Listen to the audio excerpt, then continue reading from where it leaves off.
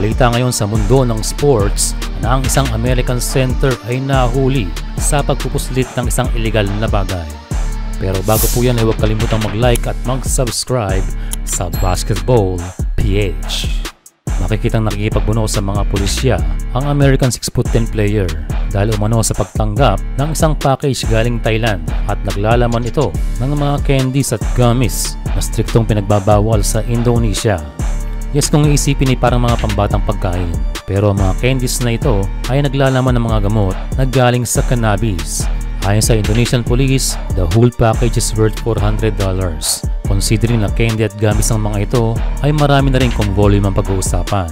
And so naharang ito ng mga police sa isang entrapment. At kahit malaki ang player na ito, ay wala pa rin siyang magagawa sa mga kapulisan. Pinresenta na ang American Center sa media at ito ay tumalikod, although hindi naman bawal. Pero ang masaklapasan nangyari na ang cannabis-related cases sa Indonesia ay big deal, kaya hindi inalis ang posibilidad na makuha nito ang capital punishment. But again, batas is batas, and lalo na kapag ang nilabag mo ay yung pinakapinagbabawal sa isang bansa. Siguro pwede yan sa ibang countries, pero yung pagpilit sa isang bagay ay mahirap nga naman. Napag-alaman din na balak nitong i-share at ibenta sa ibang players ang nakuhang package. And again, bawal na bawal ang cannabis sa Indonesia. Kahit mga produktong may laman ito ay sadyang hinaharang. So kahit mga for medical reasons ay hindi pwede. Nabalita noon na mayroon isang lalaking Indonesian na nakulong dahil sa cannabis oil na panggagamot sana sa kanyang asawa. Pero ito'y nakulong ng 8 buwan at may multa na 1 billion rupiah. So kahit naman sa Pilipinas ay parehong bawal ang cannabis. Ang pagkakaiba lamang, sa Indonesia ito'y mabigat na kaso or at least triple ng bigat kaysa sa batas ng Pilipinas. And so may mga nagsasabi at nababanggit ang pangalan ni Justin Brownlee.